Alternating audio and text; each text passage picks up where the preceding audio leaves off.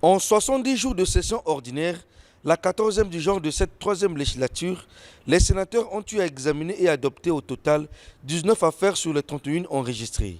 Les 12 affaires non examinées le seront à la prochaine session, a signifié le deuxième secrétaire du bureau du Sénat, Joseph Yedikissa Dadié, dans le rapport synthèse de la dite session. Les 19 affaires examinées, adoptées ou traitées à l'issue de cette session se déclinent ainsi qu'il suit.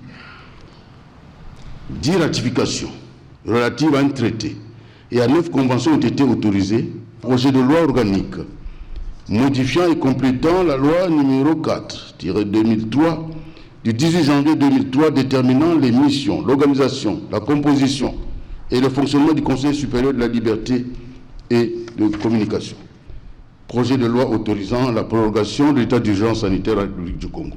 Clôturant la session, le président du Sénat, Pierre Ngolo, a félicité les sénateurs ainsi que le personnel du Sénat pour avoir fait un travail de fond concernant le traitement des affaires, tout en saluant la perspicacité de la diplomatie parlementaire.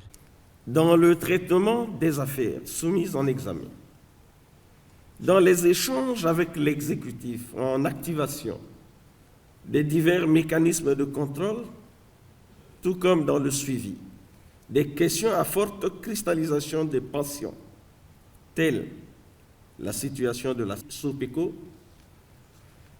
on voit s'affirmer la lucidité, la rigueur, le patriotisme et donc l'esprit de responsabilité. Il n'y a pas de doute que c'est là la voie de la construction et du développement du Congo, notre cher et beau pays.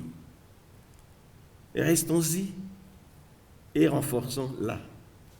Peu avant la cérémonie de clôture, les sénateurs ont adopté plusieurs affaires au nombre desquelles les projets de loi autorisant la ratification des conventions relatives au travail et la prorogation pour la 34e fois consécutive de l'état d'urgence sanitaire en République du Congo lié au coronavirus.